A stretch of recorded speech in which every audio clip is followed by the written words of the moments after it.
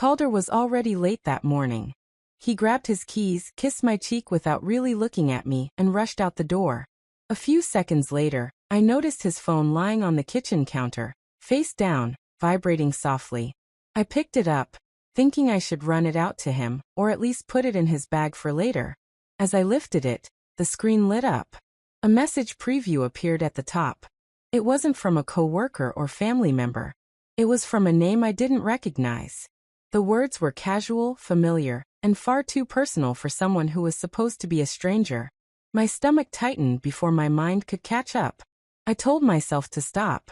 I told myself there had to be a reasonable explanation. But my thumb moved anyway, almost on its own. The phone unlocked easily. I stood there in the quiet kitchen, sunlight coming through the window, while my heart started beating so loudly it felt like it filled the room. The messages weren't long, but they were clear. There was affection, planning, and a comfort that doesn't come from a single mistake. This wasn't new. This wasn't accidental. Every line pulled something apart inside me that I didn't know could break so cleanly. I leaned against the counter because my legs suddenly felt weak. The house looked the same. The coffee was still warm. Nothing around me had changed, but I felt like I was standing in someone else's life. I didn't cry right away. I just felt empty, like the air had been knocked out of me. In that quiet moment, I understood something without needing to think it through. The marriage I believed in was already gone. I just happened to find out on an ordinary morning, holding a phone that was never meant to tell me the truth. For 12 years, I believed my marriage was solid. It wasn't loud or dramatic, but it felt steady. Calder and I had built a routine that felt safe. Mornings were quiet, evenings predictable. We knew each other's habits, moods, and silences. I thought that kind of familiarity meant trust. We argued sometimes, but never about anything that felt dangerous. It was always small things, forgotten errands, long workdays, who was too tired to cook. Nothing that made me question who we were together. I believed that real love didn't need constant reassurance. It just needed consistency. Calder used to talk to me. Not deeply, not emotionally, but enough. We shared meals, watched shows, and planned ordinary things like weekends and bills. I told myself that comfort mattered more than passion. That calm meant commitment. Lately, though, he had grown distant. He came home later than usual and spoke less. When I asked how his day went, his answers were short and distracted. He smiled, but it never reached his eyes. Still, I didn't panic. I assumed he was tired or under pressure at work. Life gets heavy sometimes, and I wanted to be understanding. I told myself that marriages go through quiet phases, that love changes shape after years together. I believed distance didn't always mean danger. I believed loyalty didn't need to be questioned without proof. I never checked his phone. I never counted his hours. I trusted the life we had built because I thought history protected us. 12 years felt like proof enough. I didn't know that the very normal life I trusted so deeply was the reason I never saw the truth coming. The name at the top of the screen stayed in my mind long after I stopped reading. Marlo Pierce. It meant nothing to me, and that made it worse. It wasn't a nickname I recognized or a name I had ever heard Calder mention. It belonged to someone who existed outside my life, yet somehow knew things about my husband that I no longer did. What unsettled me most wasn't just that the messages were personal. It was how natural they sounded. There was no hesitation, no caution. The words flowed easily, like two people who didn't need to explain themselves anymore. They joked, planned, and spoke with a closeness that comes from time, not curiosity. There was no guilt in the tone. No fear of being caught. Whoever Marlo was, she wrote like someone who felt secure. Like someone who wasn't worried about consequences. That confidence cut deeper than anger ever could. I noticed how Calder responded. His replies weren't defensive or vague. He sounded relaxed, almost lighter than he had been with me lately. He used words he hadn't used at home in a long time. Reading them felt like overhearing a version of him I had been slowly losing. I tried to tell myself it might be harmless, that maybe I was misreading things. But the way they spoke to each other made that impossible. There was intention in every line. This wasn't emotional confusion. It was choice. The name Marlo Pierce started to feel heavy, like it carried answers I wasn't ready to face. I didn't know her face or her voice, but I could feel her presence clearly. She wasn't hiding. She wasn't unsure. She sounded like someone who believed she already had a place in Calder's life. And in that moment, I understood something painful. Whatever this was, it wasn't just happening to me. It had already been happening without me for a while. I slid down onto the kitchen floor without realizing I was doing it. The phone felt heavier in my hands as I kept scrolling. Each swipe revealed more messages stretching back weeks. There were dates, locations, and plans written so casually it made my chest tighten. This wasn't a secret built overnight. It had structure. They talked about meeting places and rooms like it was part of a routine. Everything was planned in advance. Times were chosen carefully. Excuses were prepared and adjusted. I saw messages where Calder practiced what he would say to me, and Marlowe corrected him when it didn't sound convincing enough.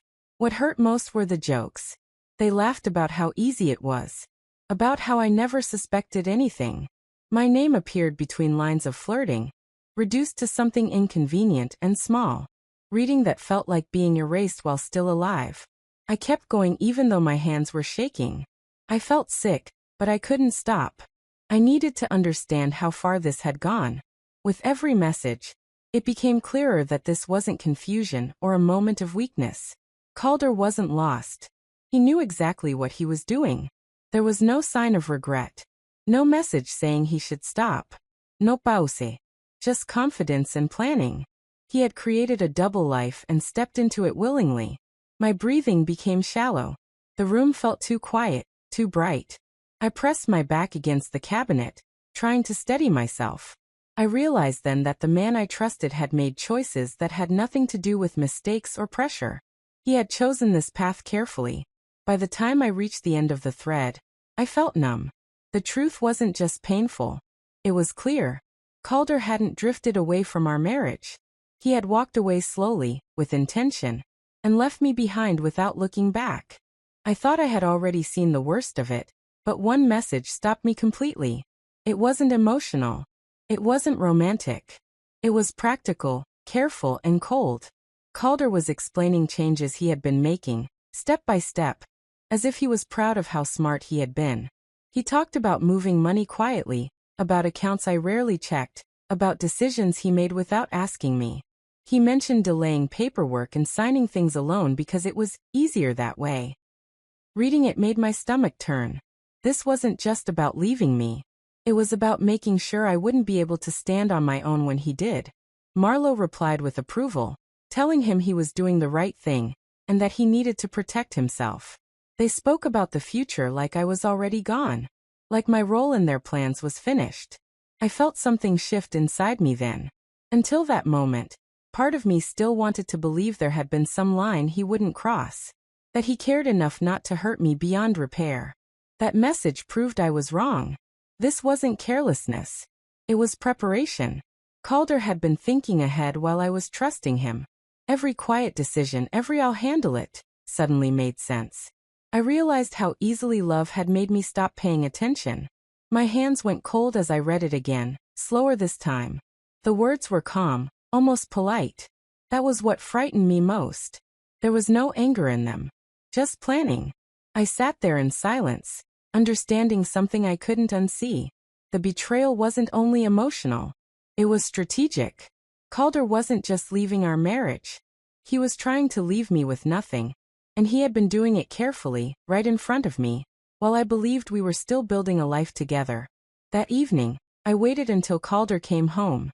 The house smelled like dinner, but I couldn't eat. My hands were tense, and my voice had to stay steady as I spoke. I showed him the messages, the plans, everything I had read. I wanted him to see that I knew the truth. He looked at the phone, his eyes flicking over the screen, and then back at me. For a moment, I thought he might confess, apologize, anything. But instead, he smiled in a way that made my stomach drop. "I don't know what you're talking about," he said. "Come, smooth. Even with the evidence right there. You're imagining things." I repeated some of the messages, word for word. I watched his expression tighten, expecting guilt or shock. But there was nothing. Only coldness. "You need to calm down," he said.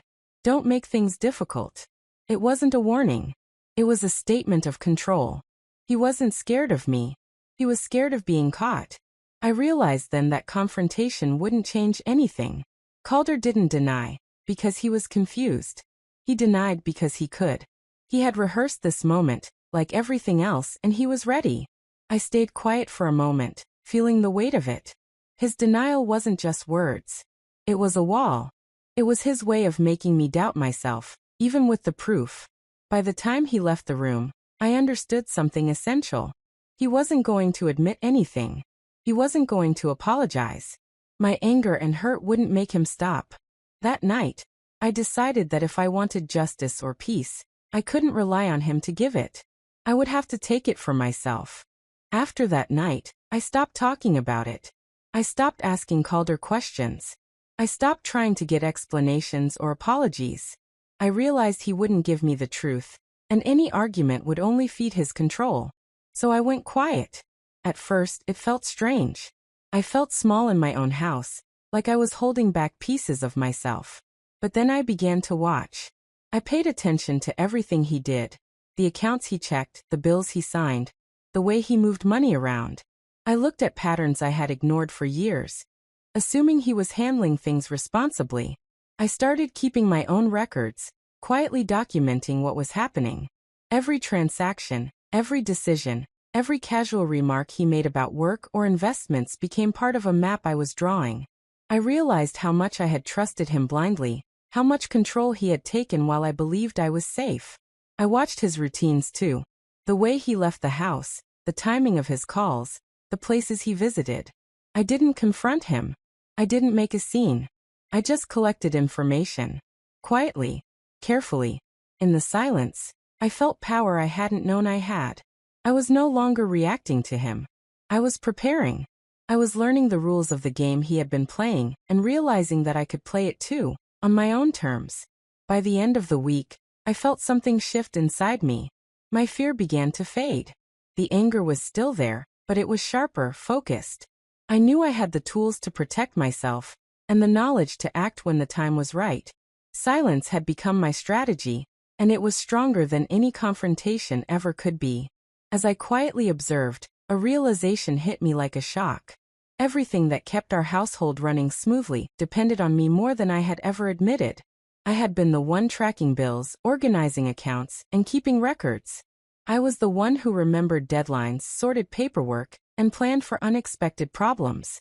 Calder assumed I was passive, that I just followed along, but I had been the backbone all along. The more I looked, the clearer it became. He had left gaps he thought I wouldn't notice, small oversights in transfers, overlooked deadlines, decisions made without telling me. But because I had been paying attention, I could see them. I could trace every mistake, every quiet manipulation, and understand exactly what had been done and what could still be corrected. It wasn't just financial. I realized I knew the rhythm of our lives, the schedules, the routines, the hidden patterns. Calder underestimated how much knowledge and foresight I had accumulated simply by managing daily life. It was invisible to him because he never respected it. For the first time since finding the messages, I felt a spark of control. I understood that I didn't need him to fix things. I could protect myself. I could rebuild on my own terms. That knowledge became power. It wasn't loud or dramatic, but it was real. I could act without relying on him, without his permission or cooperation. He had counted on my fear and dependence, but I had the tools to act quietly, carefully, and decisively. In that moment, I saw myself not as the betrayed wife, but as the one who could take charge. The fear and hurt were still there, but beneath them was a strength Calder had never anticipated. And that strength would guide everything I did next. I knew Calder was watching me closely, so I decided to give him exactly what he expected. I acted smaller than I felt. I let my shoulders slump, my voice waver, and my eyes look unsure. I let him see me as scared, confused, and lost, just the way he wanted me to be. At first, it was strange to pretend. My heart wanted to roar, to demand answers, to scream at him for everything. But I held it back. I forced myself to smile when he glanced my way, to nod when he spoke, and to keep quiet when my gut screamed at me to fight. It didn't take long for him to notice, or rather, to believe he noticed. Calder relaxed. He stopped double-checking things. He left notes lying around, made casual mistakes, and spoke in ways that assumed I wouldn't see through him. He thought I was too emotional, too hurt, too broken to act. I watched him lower his guard, completely unaware that my silence and weakness were a trap. Every careless move he made, every decision he left unguarded, I memorized. I noted patterns, dates, numbers, and opportunities. The longer I played the part of the defeated wife, the more he revealed without realizing it. I felt a quiet thrill in knowing he had miscalculated. He had thought he was in control, but control is only as strong as the person who wields it wisely. I wasn't rushing. I wasn't panicking.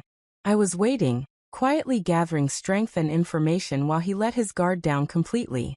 By the end of the week, it was clear. Calder believed he had won. But in reality, he had set the stage for exactly what I planned to do next, and he would never see it coming. The day came when I was ready. I didn't shout, I didn't beg, and I didn't confront him. I moved quietly, deliberately, making sure every step I took protected me. I started with the accounts, making sure everything Calder thought he controlled was documented and secure. I checked the investments, the savings, and the paperwork he had been shifting without my knowledge. Every detail I had been tracking in secret became my guide. By the time he realized what I was doing, the foundation was already mine to control. Next, I took care of the legal side. I didn't need to involve anyone yet. I prepared everything carefully, making sure there were no holes he could exploit. It wasn't about revenge in the moment. It was about safety, independence, and taking what was rightfully mine. I packed my own things, organized important documents, and ensured that I could step out at any moment without needing his cooperation. Calder went about his day as usual, thinking I was still fragile, still dependent, still hesitant. He didn't notice the quiet power building behind my calm face. When I finally told him I was leaving, it wasn't dramatic. There were no yelling matches or tearful confrontations. I simply stated the facts, handed over what he needed legally, and walked out on my terms. The calmness of it shocked him. That day, I realized something important. Leaving didn't need chaos to be effective. My preparation, my patience, and my observation had done the work for me. I didn't just step away from him. I stepped into a version of my life where I was in control, and nothing he had done could take that from me. It didn't take long for Calder to realize that things had changed, but the moment he did, it was nothing like I expected. There was no anger, no lashing out. Instead, his face went pale, and I saw panic flicker in his eyes. For the first time in years, he wasn't in control. He tried to speak, to explain, to convince me that I had misunderstood, but I barely listened. I had already done what I needed to do. Every document, every account, every step I had quietly prepared was in place. I could see him struggling to grasp that I had outmaneuvered him without raising my voice, without drama. The calm confidence I had built over weeks made him restless. He shifted from foot to foot, checking his phone, reviewing papers, as if he could undo what had already happened. But the ground had already shifted. His plans, his careful schemes, all of it was useless now. I watched him panic, and I felt a strange mixture of relief and power. This was the moment I had been waiting for. Not revenge through confrontation, but justice through action. Calder had counted on fear and compliance, and now he had neither. He tried one last time to regain control, asking questions, testing my decisions, but it was clear he was lost. He wasn't thinking strategically anymore. He wasn't planning. He was reacting. And for the first time, I wasn't reacting to him. Seeing him so unsettled, so off balance, I realized that control had shifted completely. The man who had manipulated, lied, and planned for weeks no longer had the upper hand. That moment marked the final truth. I was no longer the wife who trusted blindly. I was the one shaping my own life, and he had nothing left to take from me. Looking back now, I see everything clearly. Reading those messages broke me in ways I couldn't have imagined. For a while, I felt like my whole world had collapsed. But that heartbreak also became a kind of awakening. I realized that the life I had trusted, the marriage I had believed in, was never as solid as I thought. It had only looked safe from the outside. I didn't set out to ruin Calder, and I didn't need to. The choices I made were about myself, about protecting my future, my independence, and my peace of mind. I focused on rebuilding my life rather than seeking revenge. I organized my finances, secured my space, and re-established boundaries that had been ignored for years. Every small step gave me more strength, more clarity, and more control. Freed from the weight of lies and betrayal, I began to see what I had neglected about myself. I had spent so long trusting and compromising that I forgot how capable I was. I had skills, knowledge, and resilience that Calder had assumed were irrelevant. Now I used them fully, quietly, and without apology. Life didn't suddenly become perfect, but it became mine. I made decisions for myself, without fear, and without the constant worry of someone else's betrayal. I found freedom and independence, in knowing that I could survive and thrive on my own. What I know now is simple. Love that hides betrayal isn't real protection. Trust can be broken, but strength can be built. Losing the illusion of safety hurt deeply, but it also gave me clarity, power, and the ability to create a life that belongs entirely to me. And that truth, more than anything, has become my peace. Some stories don't end, they follow you. If this one stayed in your mind, you know what to do.